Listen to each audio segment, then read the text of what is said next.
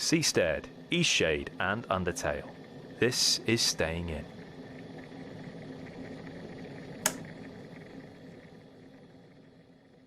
Exciting news from the Turner household, everyone.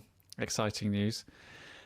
We recently had to buy something for the house, which is always very exciting when you get to buy something new, and we had to buy a new bin.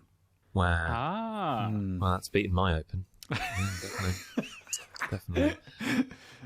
Okay, so a bin, it's a standard daily purchase. It's a normal thing. We all need them. We all need them. Can't live without them. We all need them, and it's only when you start to buy one that you realise how much you consider how important a bin needs to look and function.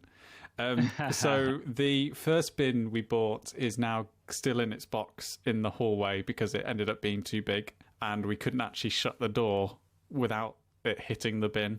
So that was a bit of a failure. And then the second bin we got actually fits where it needs to go in the kitchen, but it's quite a fancy bin that it requires batteries to operate because it has its lid. It's voice activated. I wish it was voice activated. No. Does it make chewing sounds whenever you put stuff in there? Do you remember those? Pete, you probably don't know this, but we used to have bins in the UK where you would throw things in and they would like make munching and chewing sounds. Well, hang on, no, really? What did we? Yeah, when did we have those? I swear we did. No, we definitely did. I'm sorry. No, I mean, hang on, I've got to look this up. Yeah, wait, I'm getting some conflicting, messaging here from you guys. Now, did you have it or not? Bins that make munching sounds, definitely. Well, Kris, I think you've maybe missed out on a cultural touchstone, it sounds like. Well, I've missed out on several. I sometimes do act like I've just thawed out of a glacier and just been ingratiated into culture. There definitely were those bins that were big and green and had a massive mouth. Right. So like the bin equivalent of a Henry Hoover? Yes, but a bin equivalent. Anyway, my bin isn't big or green and it doesn't make sounds when it eats my rubbish. But it does have a sensor on it. So it means that when you need to put something in the bin, you walk up to the bin, it obliges and opens up, and then you throw your rubbish in, and the lid closes. Now, that's the theory of bin. The practice of bin is a lot different. Now we have it in the kitchen. First of all, my dog, Poppy, is petrified of bin. She is so scared of the bin now. What she does is she takes her food in little clumps in her mouth and she picks it up next to the bin really sheepishly. Then she'll walk it all the way into the living room, eat it, and then come for another bite. So she's like ferrying her food in rations to make sure she's nowhere near this new bin that has a life of its own. Now, Sam, is the bin shaped like a bear or any other apex predator? I'm curious as to why. I guess to a dog size it could be because it's quite tall, slim, and black. So it could be. Yeah. To Poppy, it's like those strange monoliths that appeared in the desert. The second problem is that when me and my wife walk alongside of it, the bin opens and closes every single time. If we're getting up in the middle of the night with our young son, bin opens and closes, makes a noise as it does so. If we're just walking to and from the hallway into the kitchen, bin will open and close every single time. Frustrating. But the main problem with it is the bin seems to operate some sort of policy where it behaves like a Roman emperor during a gladiators fight, where whenever you want to throw something away, you have to offer it up to the bin. Right. You have to show the bin the food, and then you have to wait a couple of seconds before it decides whether, yes, I will take this food, and it opens up its lid, and you throw the food in, and then you can carry on with your day. It's exceptionally weird. And that's such a small thing, right? But it is annoying to have spent your entire life with a certain motion of throwing something away, and then all of a sudden there is a pause in it, as small as it may be. That's all it takes. But it's the pause and it's the slight reverence you have to, because the bin's obviously lower than where I am, so we kind of have to bend down slightly to offer food to bin.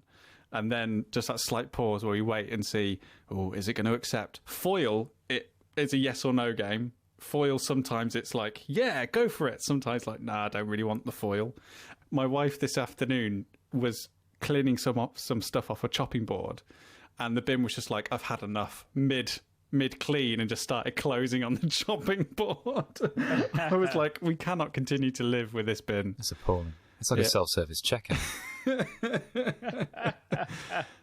So I don't know really what to do with it. We either accept it into our home as now the sort of the Pontius Pilate of our lives. Some very lofty metaphors been applied to what essentially is a trash receptacle. Yeah, but Kris, you don't understand what we have to do now to get rid of rubbish.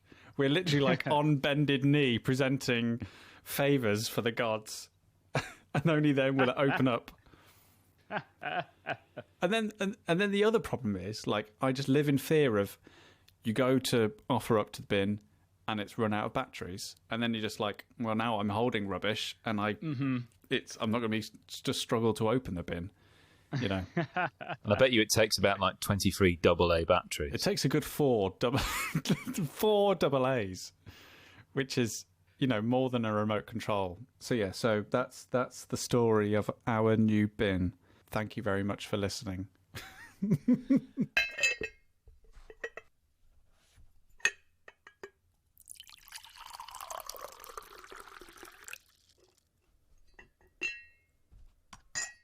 I had a weird thing the other day. I was driving.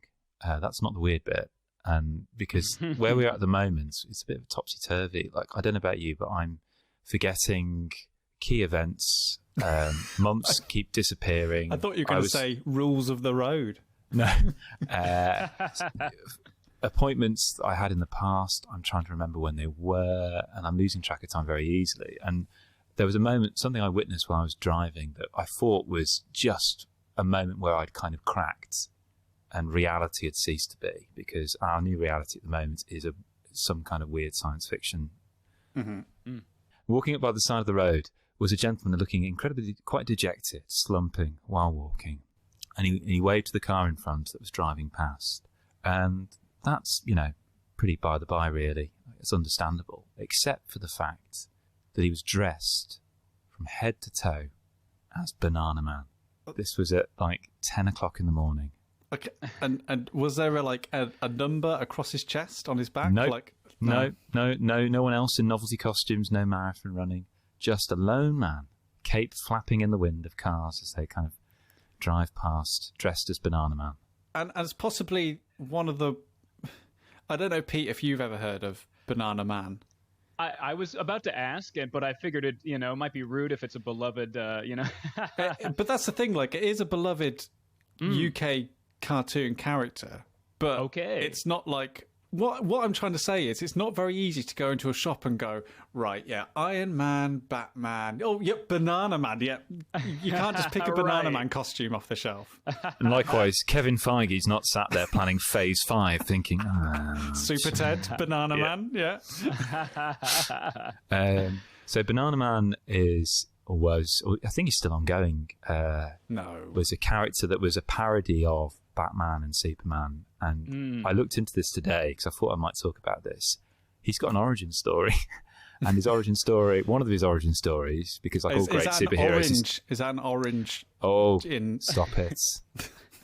And an alien baby came to Earth, so very Superman-esque, called Eric. His name's Eric, and because of the crescent of the moon.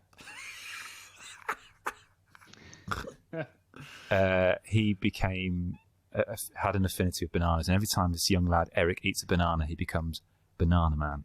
And but the strange thing is, he's pretty much invulnerable, but he has retained the same IQ of a child, basically. So he's extremely naive and ignorant. The saying goes for Bananaman, he has the muscles of 20 men and the brains of 20 muscles. Okay, which is that's clever. it doesn't really roll off the tongue like faster than a speeding bullet.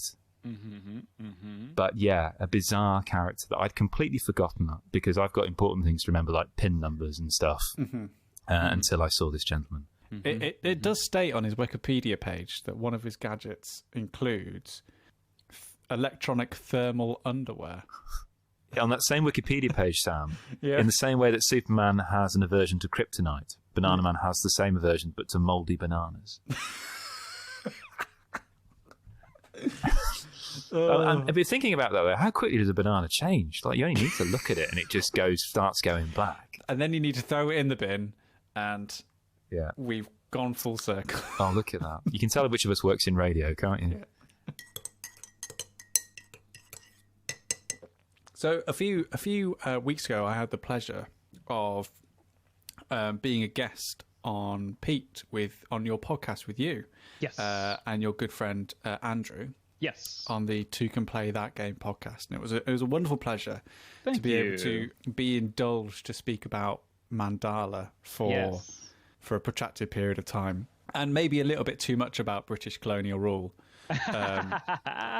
Than I'm comfortable with, but as an American, it's probably part of the Constitution, isn't it, to berate British people? That is part of it. There's still a little bit of resentment over here. It's a deflection on our part. You know what I mean? Because we, as we discussed on that podcast, we've kind of taken the mantle. We are now the kings of pissing off the world, essentially. So we carried that can for a good long while. Yeah, That's I mean, right. some might say we're still carrying it in some way, shape, or form, but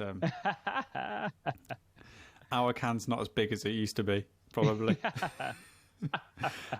But it was truly a pleasure to have you, Sam, and so I was delighted to then get an email myself a number of weeks later, just saying, "Hey, would you want to come on with us?" And I said, "Of course, I would love to." Well, the ulterior motive was Pete couldn't make it, so we've essentially recast Pete with another see. Pete. I mean, You I were would say upgraded.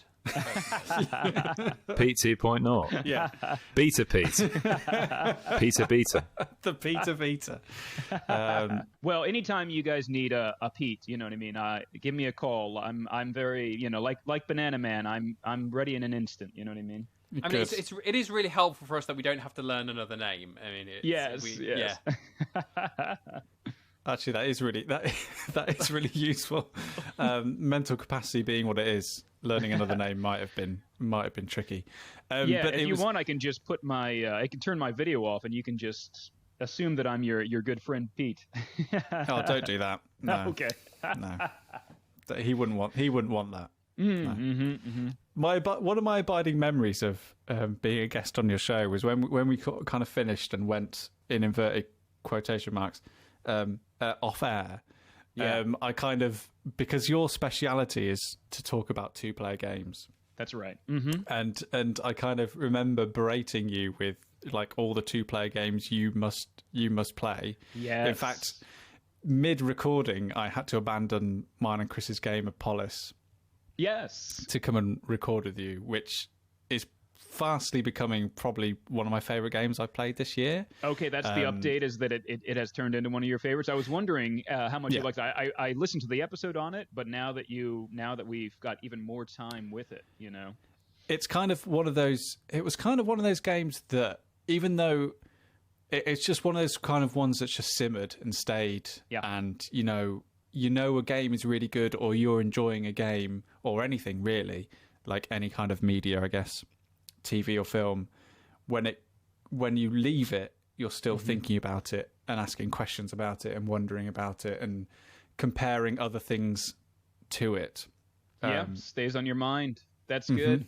Well, I know that when you mentioned it while we were recording, I immediately opened up a tab on my browser, and I was like, I got to figure what this thing is. And as I was looking at it, I was like, this is right up our alley. It clicked. As soon as I saw how complex all the elements of it were, I was like, this is me and Andrew, to a T. You have to like do math on a pad of paper, it seems like, or whatnot, like to see all the different just numbers that are You could get really, used really in it. stuck into it. Yes, exactly. The less accessible it is to the normal person, the more our mouths start to water, I think, Yeah. Well, I might disappoint you with because I have got another 2-player game suggestion for yourself and for everyone. Yes, really. please. Because me and my wife have been playing Seastead recently, which is a game. Have you ever heard of a game called Flotilla?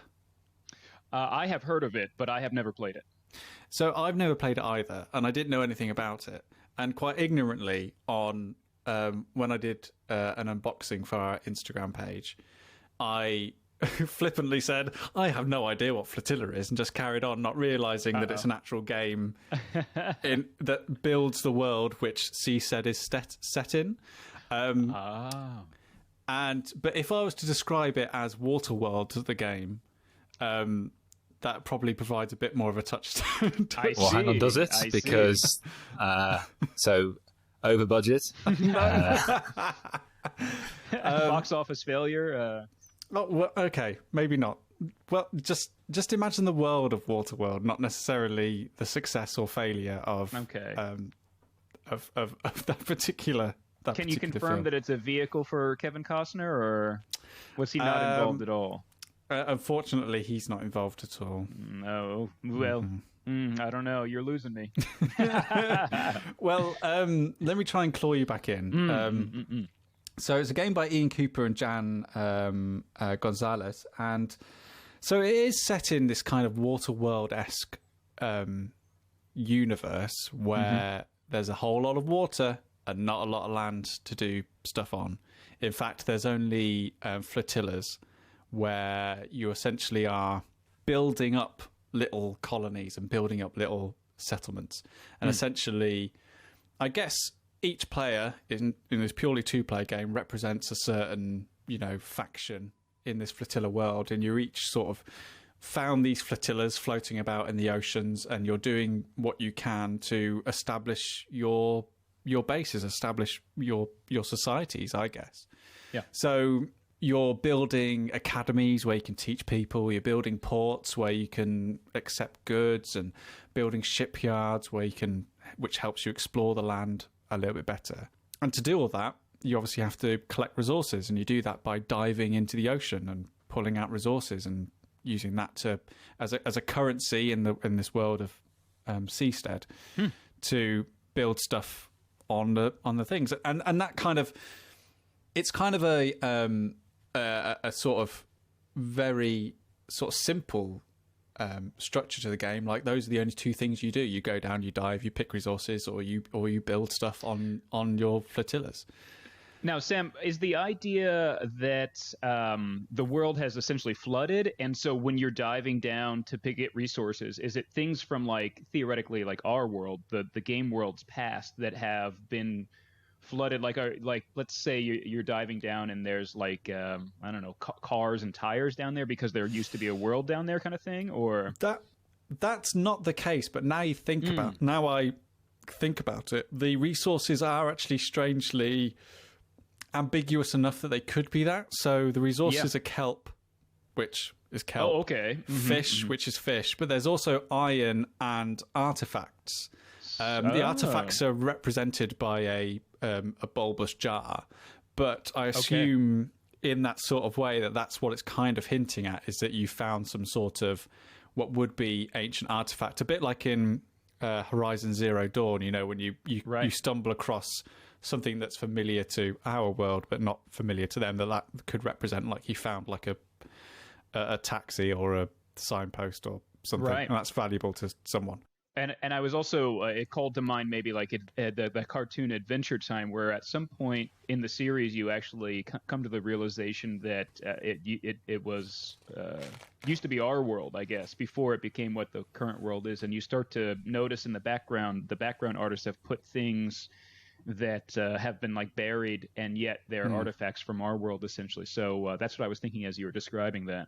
Yeah. It's not that explicitly in the artwork, but I feel like it's definitely one of those games where if you wanted to really inhabit it in that way, there is definitely the scope for doing it. Yep. Like the wonderful thing I think about that theme, in a sense, and then kind of what it does with that theme that I think what I find most interesting about Seastead is that even though it's really simple in its mechanics, like you do just 2 things on your turn, it has this wonderful sense of what I like to dub altruistic competition, where every single thing that you do in the game both benefits everyone who's playing it, but also will increase the competition between you two as players. So, for example, the simple action of diving down to the ocean floor to go and pick something up is done by I split you choose. So you look on your resource card, you pick half of it, and your opponent gets the other half. Oh. So even that action itself is kind of suggesting to you that, you know, this is a harsh, difficult world. Like, you can't just do things on your own. If you're going to go down and dive to do stuff, your community can't support that on its own. It needs help from your other player. So they're going to get some sort of benefit from what you pick up.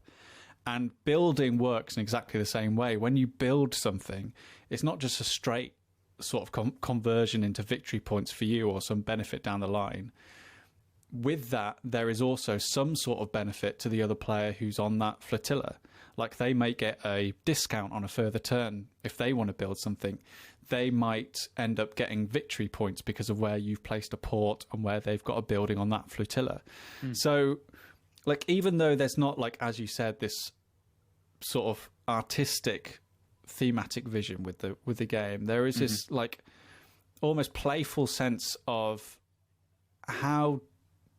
exploring how 2 communities may get along in this like very sparse and exposed landscape, where even though they're building up to make the best colony, they know that they need to cooperate in some way in order to get the most out of it. And it just struck me whilst I was playing it that it's kind of something that I've never really experienced in a game like that before. There was never any moment where, unlike something like Carcassonne, where you're all building towards the same thing, there was never any moment in Carcassonne where you were overtly like blocking off someone's success, or you were, you know, leading someone with a cathedral that they could never complete or build or anything like that. So it always managed to hold together this sense of like, yes, you're building a community, and yes, you know, one of you will eventually be the best person in that community at sort of building and collecting resources. But when the game's over, it will be something that you've created together, if that makes sense. Yeah, totally. And I think that adds another level of kind of mental arithmetic that you have to do as you're planning what your next move is, etc. And you're right. Like you, I have not encountered this specific mechanic a lot, where something that you do can benefit the other person because you're kind of working towards something together. Except there was a game that we covered recently on our podcast called Glasgow, which is a 2-player game. Yeah. And I do love that one. And you are, of course, building a city together. And so there are going to be times when you'll put something into the city, a building or a landmark or something like that, and it probably will help the other person a little bit in some way, whether it be to like activate a factory or simply to put more things in that get them more points in the long run. But that's just another part of it where you're just like, well, but it's worth it for me to do this, honestly. So, and you just have to crunch those numbers real quick. And as long as it's worth it, you do it. So I like that extra layer. Yeah, I mean, now you mention it, suddenly it's sparking a lot of games that actually that I remembered. But I think it's just a thematic thing. I think that's why it like sprung out of sort of the off the table for me, in terms of like, it does. Kris and we played Roman Roll, and there's a little bit of that in there, where if you build like a military, what do they call it? A military sort of garrison next to a shoemaker, suddenly that shoemaker gets a bonus, because obviously the military need shoes to, you know, right, clothe themselves. So you get a bit of bonus from that. But I think in Seastead, because it felt like more like the crux of the game rather than just like, oh, an interesting mechanic that you have to think of. That's why it kind of struck me a little bit. And I think because it is the crux of the game, because it kind of runs through it like a stick of rock, there's not that much of that analysis paralysis where you think through a move, like I said, like I guess you would do in Glasgow or like Roman Roll, and then you get to the end of that process and go, but it's going to do that for that person, so maybe I won't do it. With Seastead, that's the first consideration you have, is if you're splitting resources, the first thing you think of is, right, what do I want to give the other person? Or if you're building a building, it's how is this going to benefit the person? And then you work back from that. Yep. So there's kind of smatterings there of Hanami Koji as a team, which I love. But the difference is that what you're talking about there, which I really quite like, I hadn't really considered before, is that often when you're playing a two-player game, immediately that creates a binary, winner and loser. Whereas actually it sounds to me that actually what this does here is first place, second place. And those are the same results, but actually perspective changes their meaning. And that is an interesting dance that two-player games have to play, which is often what happens when you create a kind of a binary out of it, I suppose, really. Yeah. And I think a little bit like Glasgow, what I know of Glasgow, this is actually like a really nice production, and it's nice to have a two-player game that isn't a deck of cards, that isn't, that feels a little bit more resplendent and a little bit like, right, we're going to do something now as just me and you, which is why I love Polis so much, is the fact that like Polis is going to take up the whole table. Mandala, here's this lovely tea towel that we're going to play the game onto.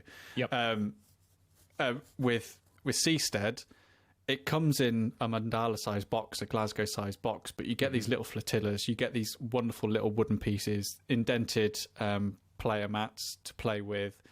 There's the diversity and the inclusivity of the characters that inhabit the academy, which give you sort of select powers and boosts, is really wonderful to see, and unfortunately we don't see enough of it, especially in board games.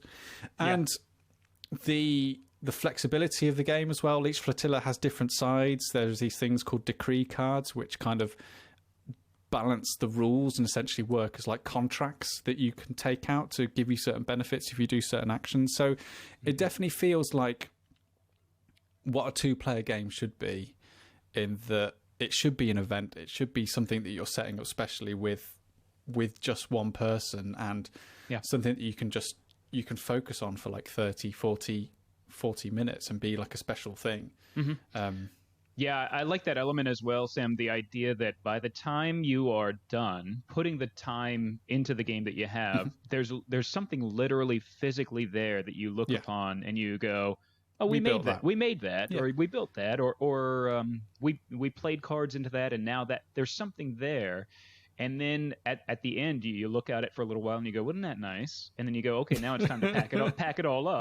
Pack it up. But in the meantime, like you said, it's not something where like by the end you just have your deck, your hand of cards is down to one, and you're just like, well, the game's over then, I guess. There's something about having something physically there to look upon that is,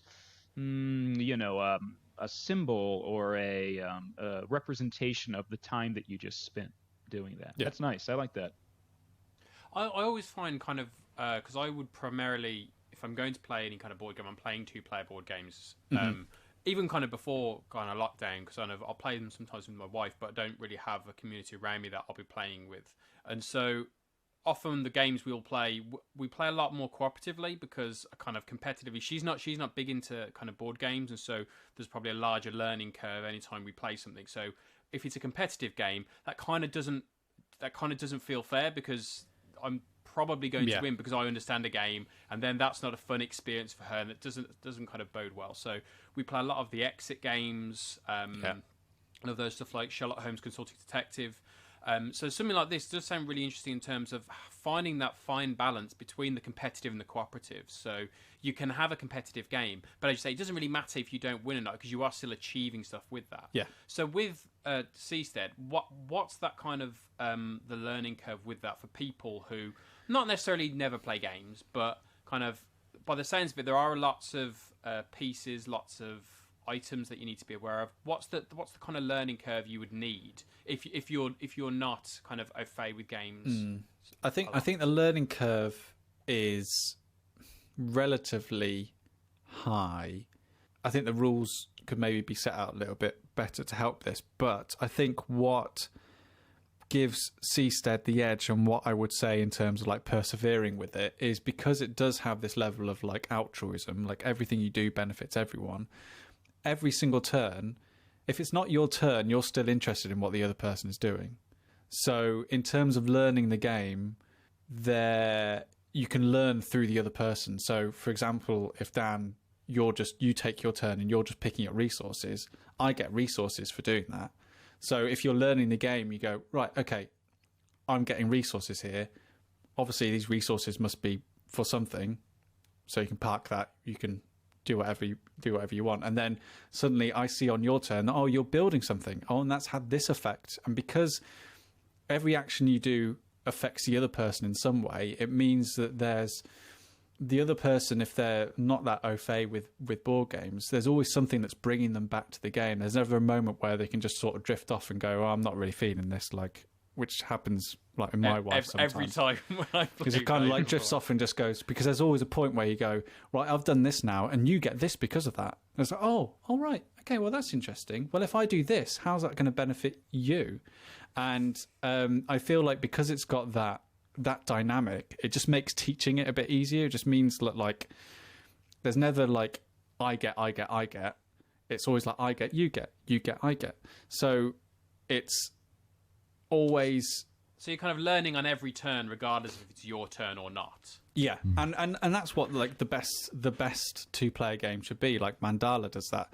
Every time you take a turn, it affects the other person's turn in a way. Fungi's great at doing that as well, because after you take a turn, the forest floor changes. So the other person always has to be like, right, this board is always constantly changing. I've got to, I've got to be involved. I've got to kind of get my head around how this works and understand it. So it makes Seastead is a little more complicated. Like it is a bit like rules spaghetti sometimes.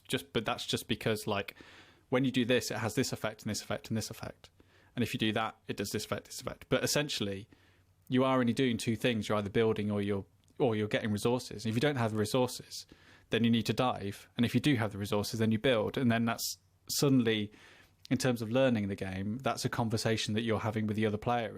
And it's the same when me and Kris were learning Polis and we were learning how to play Red Cathedral. It's kind of like, right, Kris, you've got this, so you could do this, or you could do that. And I feel like that's just when you know you've got a good... That's just a good game in general, is if like you can have those kind of conversations. If you can look around the table and easily go to the person that you're playing with, well, you could do this or you could do that, and they can do the same with you. That you just know that you've got a good game when you can do that. So I hope that answers your question. I think Dan was looking for more of a number. So. Oh, right, okay. Yeah. 3. There we go. Thank Percent.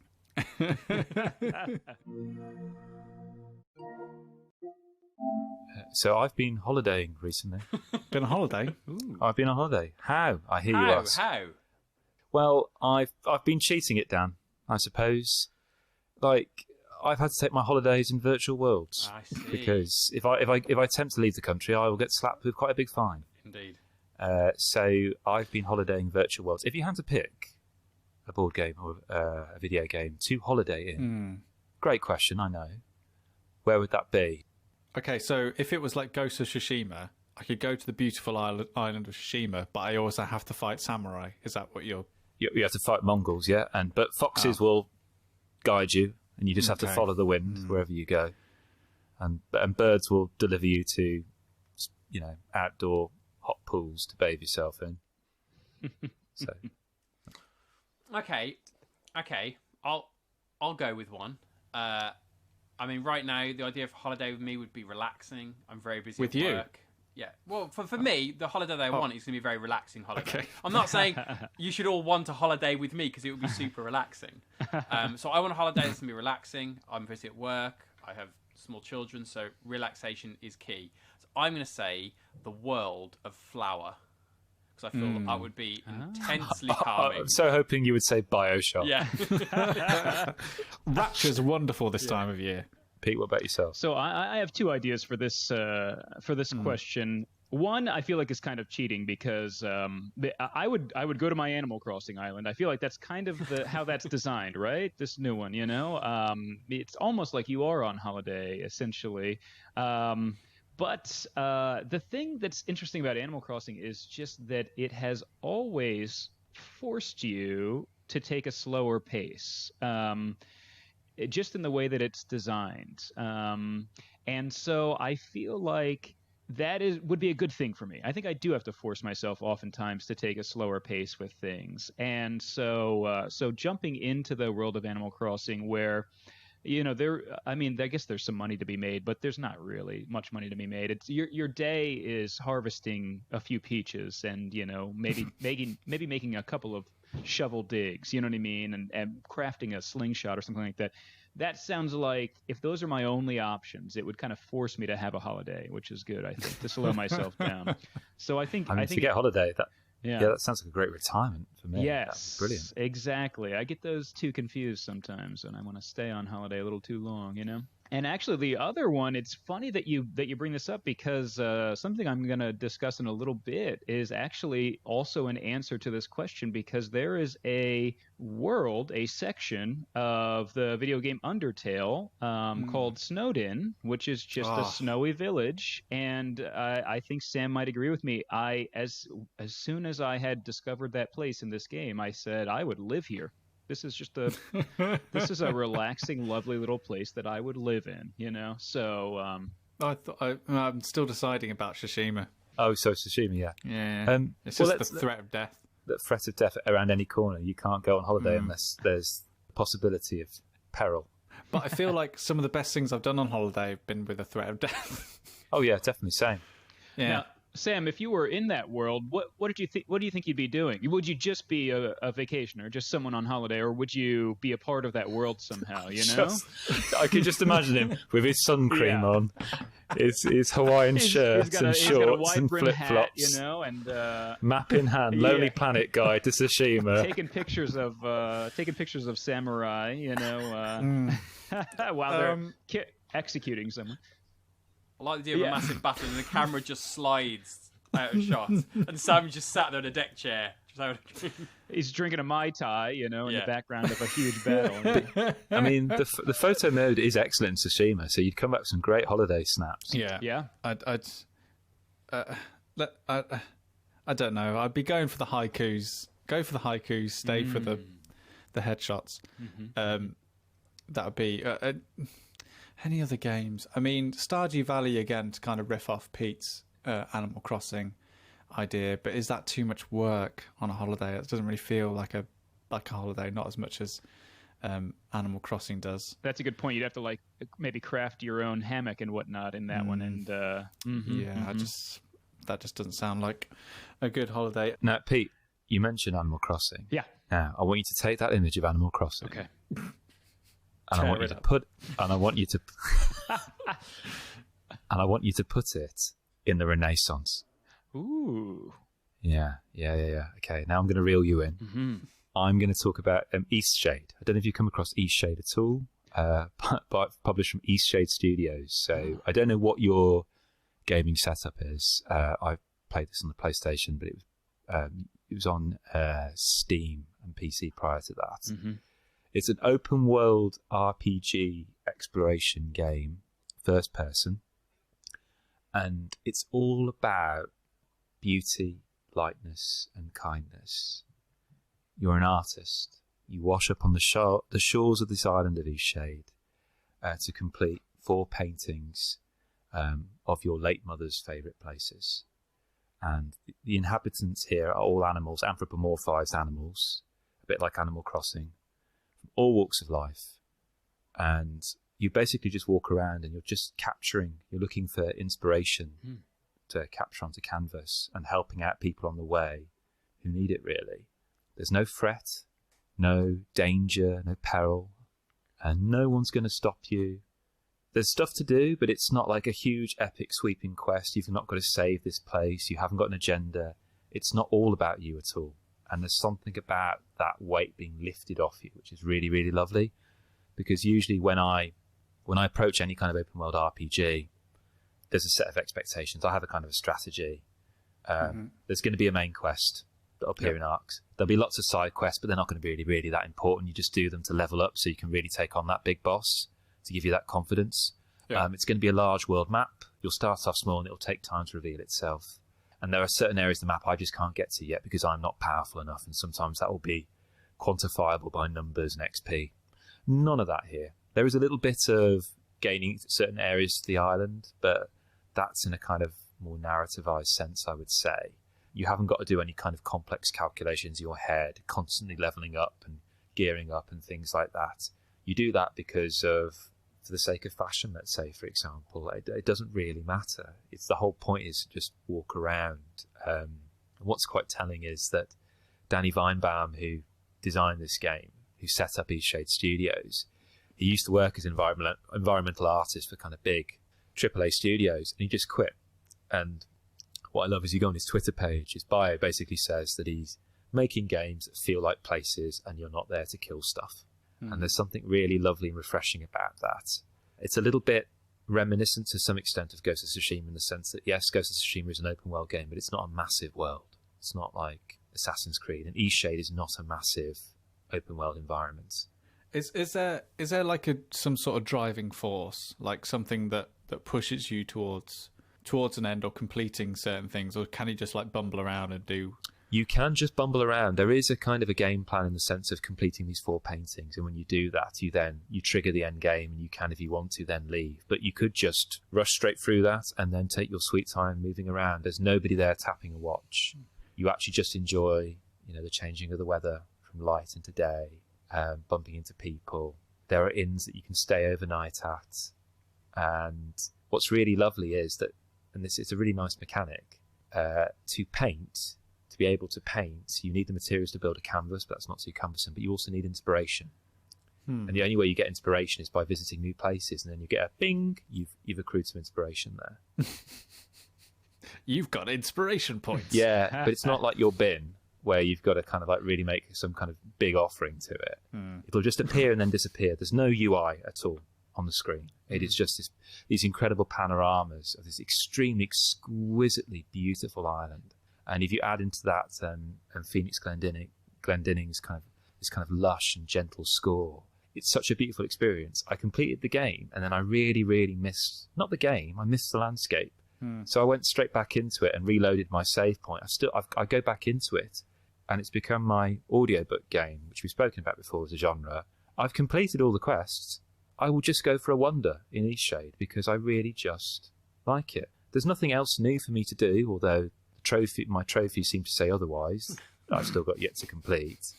But I actually just boot it up, and it's just really nice to walk around. And the main quest isn't the quest. The side quests are the quest. And some of them are like really lovely and sweet and innocent, like helping someone who's got their head stuck in a jug, or capturing a fish that's swallowed a ring. And I solved I solved a crime at one point. I was a detective in a little hotel on this island, and it was when I went back in the second time, I realised there were huge sections of the game I just hadn't explored, and it's become my summer home. Really, it's the place I go off and visit, and it's really, really lovely. It's not this big, grandiose, bloated experience where you have to really psych yourself up for it. You can literally just go and purchase it, and I really recommend you do. And it is a real, real breath of fresh air, and it's just something that I think we all need right now. I know you're not one to brag, Kris, but I will brag on your behalf that you recently got the Platinum Trophy for Ghosts of Tsushima. Congratulations. Sounds better when you say it, yeah. Thanks. And like Pete's right, wow, like that's no mean feat. But what I'm interested to know is is it the same thing that drives you to get 100% in Ghost of Tsushima that drives you to just see everything and explore Eastshade? Because you said it's not like a big bloated experience. You have to gear yourself up to do it. But they're both very different experiences.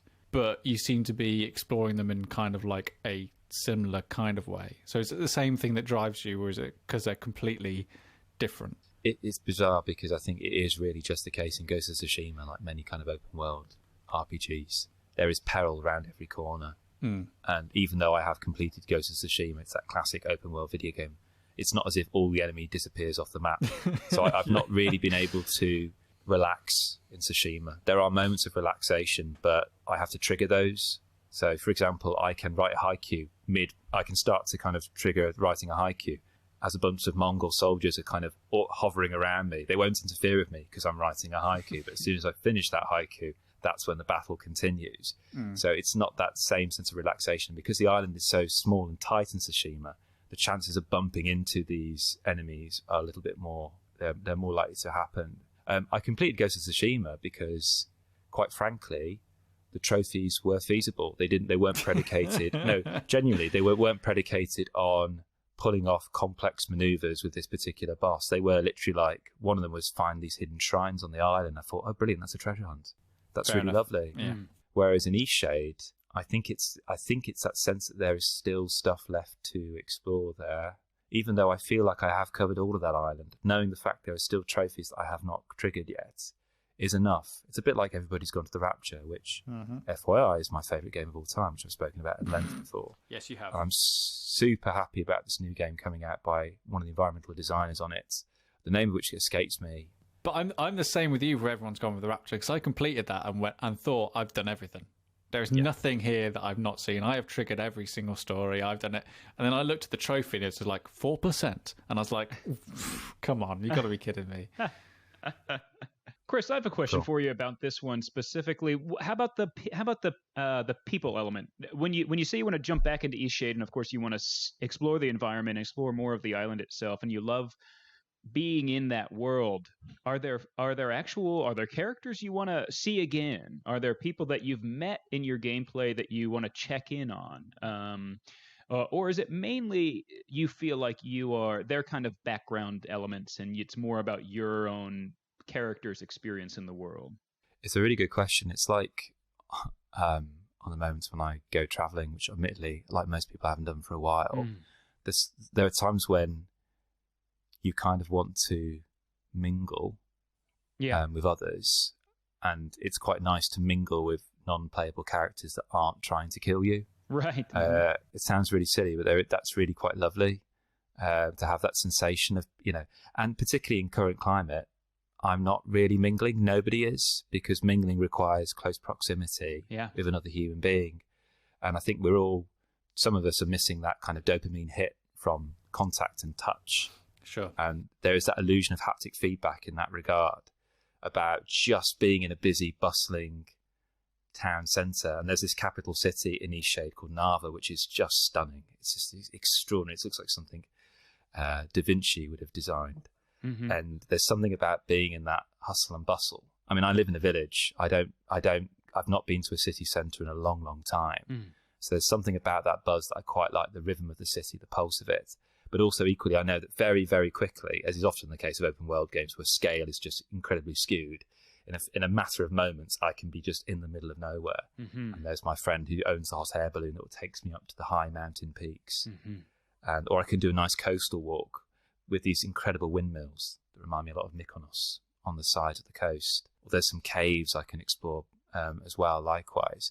It's kind of got all, more or less, nearly every environment in one place, really. So I think it's getting a taste of that it's just nice to not be the centre of attention in a game. It really, really is. It's a really quite humbling experience, actually. Yeah, that's a very interesting angle on it too, where it's obviously so many game experiences are everyone can't wait to meet you and talk to you and cheering you on and etc. That is, I've already heard about sounds you. Nice. Yeah, exactly. Yo, you're the hero. We all know about you. You know what I mean? We were actually literally just standing here looking at our watches, waiting for you to get here to this town. You know what I mean? Yeah.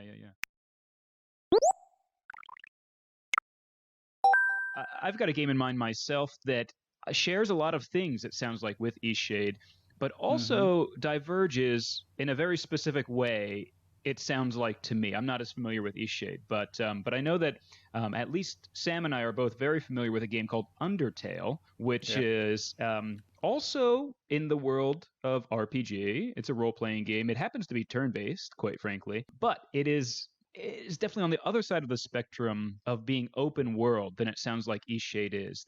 There are very specific boundaries in the world of Undertale. It's got, maybe 5 different very specific levels, let's say, within the world. And so you can't go exploring for hours, you know what I mean? However, you still somehow they pull off making it feel like a very fleshed out full world, which I think is incredibly to their credit. And one of the main reasons I think it diverges with what it sounds like Eastshade is, and the reason that I brought up people specifically, is that this game is extremely character driven. If anything, if it's nothing else, it's character driven, basically. So that might be one thing about it that separates it from some other games. So this is an indie game that was essentially put together by more or less 2 people. Now there is a team of people that they thank by the end. You know what I mean?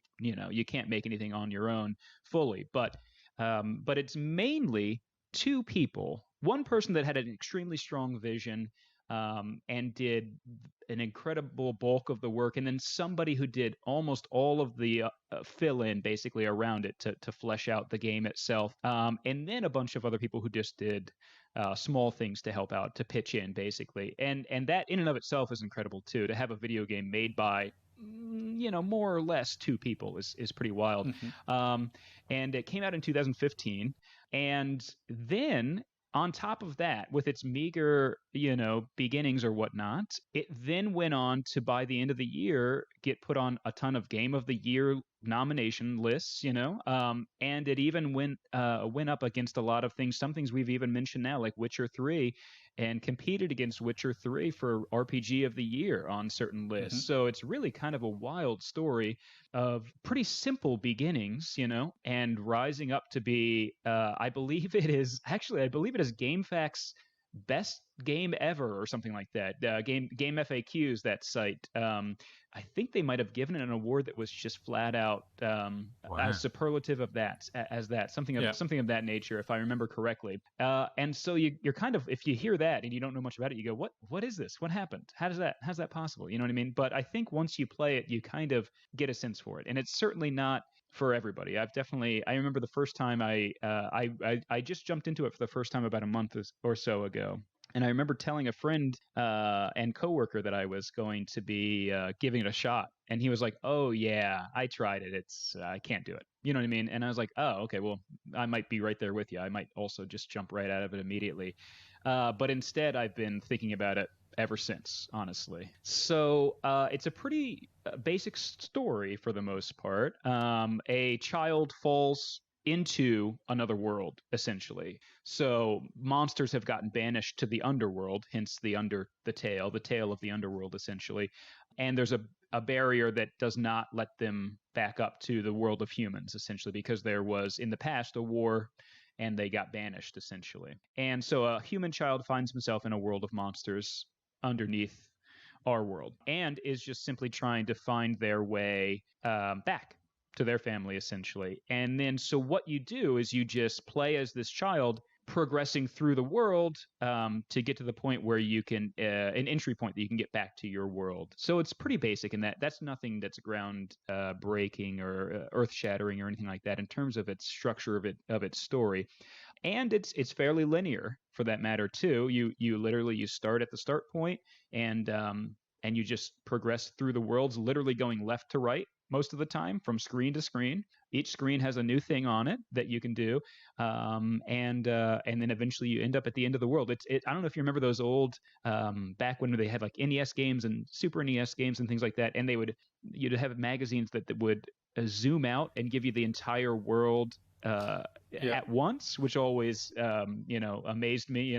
But you could do that with this very easily. You can't do that with like Witcher 3. You can't do that with Eastshade. It sounds like you can't really print on over the course of 2 magazine pages the entire world, essentially, but you can with this game.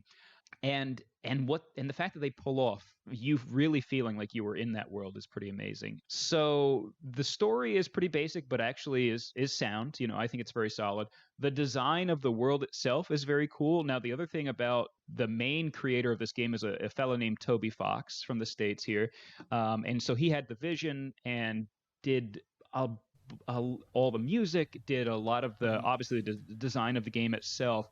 And then Timmy Chang was his partner in crime, basically, who did a lot of the artwork for the world itself. And between the two of them, they did almost all of the entire game themselves. And one of the pieces of trivia about the game is that Toby Fox, the person who had the main driving vision and is the main creator, created a lot of the artwork specifically for the combat sections in MS Paint. So, wow. And it's just insane to think that a game, half of it being created in MS Paint, essentially, then went on to go up against, like Witcher 3 for RPG of the year, basically. It's pretty wild. So the world has a pretty simple color palette. As a result, it's sprite-based. He was just literally doing pixel art in MS Paint for a lot of these things. But then, of course, the landscapes itself, the world that you travel through was designed in a little bit more of a sophisticated piece of technology by that other artist, Timmy Chang. And it just feels, like I said, very fleshed out. You go into the town of Snowden that I mentioned earlier. You go in there. There's a library. There's a pub. The best thing about this game is there's a ton of things that is just absolutely unnecessary, and it's lovely. Yeah. You know what I mean? So there's no reason for a library to exist in this game. You don't get anything from it. You literally get nothing from it except the opportunity to talk to the people in the library and look at books that you'll never get anyway. And you don't get any kind of like bonus from looking at the books or anything like that. It's just that they're there to make you feel like you're in a world. And there's never anything that's too difficult about the path that you travel, which I think is very nice. There's no labyrinth, there's no maze, there are puzzles, but they're really not that tough, basically. And so they all just add a lot of spice without being too much of an obstacle, quite frankly. So you can go through this game in a day if you really just powered through it, basically. So it's up to you how much time you want to like just walk off to another screen where there's just something that they put in, a fishing pole that you can reel something in, and it has somebody's phone number on it, and that's it. There's no, you know what I mean, and it has a picture of a monster and a phone number, and you say, oh, I don't like this. I don't like the look of this person. I'm not going to call them, and then you walk away. You don't get that number to be used later. It never comes up again. So you could absolutely just not go on that screen if you don't want to, but you find yourself wanting to, quite frankly. I always tell this one story. One of my favorite parts in the game that is completely useless is there's a puzzle kind of where you can play a piano and you can play notes in a certain order on a piano, and it opens up a secret room, and you go, wow, this is gonna be great. I can't wait to figure out what's behind here. And then you see an orb on a pedestal, and you're like, ooh, I'm about to get an orb. How's this going to change things? This sounds amazing. And you go to take the orb, and the game says, oh, you can't actually take that right now. You have too many dogs in your inventory. And you're like, I've never picked up a dog so far. I don't know what this is odd. And sure enough, you go into your inventory, and there is it says that you have an annoying dog in your inventory, which you've never had before. And you go, all right, well, if this is getting in the way of me getting this orb, I'll drop this dog out of my inventory. And as soon as you drop the dog out of the inventory, he appears on screen and he steals the orb and he runs away. You know what I mean? And then that's it. And it makes a little sound when he does it, and a little jingle basically as he kind of dances over the orb. He absorbs the orb, and then he dances off screen. And then you're just like, oh, well, so I get nothing, you know what I mean? And it's like, and the creator of the game is basically like, yeah, I just thought that was kind of a fun thing. Wasn't it fun, that moment, And I found myself on subsequent playthroughs going, I can't wait to get back to that room where I just get nothing, and I watch the dog steal the orb. You know what I mean? It's that kind of amazes me. You know what I mean? And I think that's kind of the game in a nutshell. Every town that you walk into has characters in it that are just complete NPCs. They don't even move. They're a static sprite. But the creator has written so much great dialogue for these characters. I'm kind of a dialogue freak, and I love when it's pointless, personally. If it just has flavor, and this is all just flavor text. So the characters are a huge part. The stories is basic. The world is solid and sound, and then he throws in these characters that just make the whole thing come alive, basically. There's really a reason why when you go online there are multiple lists that you can find that, of fans who are just like, who are your favorite characters in this? You know what I mean? And it's always different. People just really connect to these characters. And I think it's just because they're extremely memorable. And they're more memorable to me than even some of the top AAA games. And I think that's really one of the reasons why it became such a big success, is because something like Uncharted, I've played all those games basically, and I enjoy them. And so I've had countless run-ins with Sully, that character. You know what I mean? I've talked to Sully numerous times in my life, but I can't really tell you a lot about him. I don't know. If you were to tell me who's Sully, I'd be like, well, he's older, and I guess he's kind of wiser, and he helps you out. He's got a mustache. Yeah, Smokes. but I don't know anything about his desires. You know what I mean? What he likes, what he doesn't like. You know what I mean? Cigars and women, apparently. Right. That's all I can get. Something like that, basically, right? We just don't really we don't have a talk with him, really. We have a quick talk with him where he goes, well, I guess we got to get out there. And then you start shooting. Yeah, I did a lot of shooting next to him. You know what I mean? But I didn't do a lot of talking to him about, what he thinks about what's going on in the world or things like that. And in this game, it's the exact opposite. It's all you get are their opinions and their desires and their motivations, which is amazing, and I think just makes them extremely memorable. Like you walk into what is essentially a shop. It's just a burger place in a resort at some point, and you can buy items that can help increase your health or whatever in battle. But really, the reason it's there is because there's a guy who works there. His name is Burger Pants, and there's like a huge dialogue tree. And you learn everything about him. Like, I know that he doesn't like where he works. You know what I mean? I know that he thinks that his boss is okay, but he's kind of weird. And you know what I mean? Like, I know that he doesn't want you to work there. He doesn't think he thinks it's a dead end job. Things like that. Like, he immediately shares his opinions on things with you, and so that really becomes an instantly memorable character. And it's really just a shopkeeper in an RPG. Suddenly, I'm remembering him months later. You know what I mean? And it's because he shared his motivations with me, basically, I think is one of the main things. And I think things like that are things that would get cut out of most games. You know what I mean? If anybody ever tried to do that, on a team, for like a AAA game, they'd be like, what's this doing here? You know what I mean? Like, I think somebody would literally bring you into the office and they'd go like, hey, this thing that you created, like, why? And it's like, well, I think it's kind of fun, isn't it? Isn't it kind of cool or fun or whatever? And they'd go, get out. Just get out of here. Are you kidding me? You're fired. You know what I mean? I'm just looking at a level in MS Paint thinking, this isn't the Unreal Engine. Right. It's definitely invested Unreal. in. Exactly. And I love Undertale, but the thing is, I don't know if I could tell you why. All I know is that the ending made me cry. Well, Sam, for you, I mean, you've cried at adverts before. Come on. I have cried at adverts. Real Steel was a particular highlight.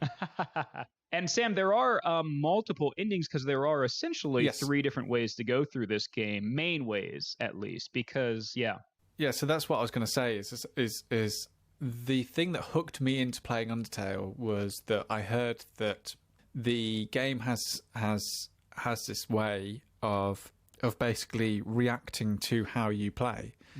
And I've heard of people saying, well, if you go through the game once and kill everything and then you play the game again, the inhabitants of this underworld will be scared of you and they won't know why. And that immediately struck me as an incredible thing to play with in a game.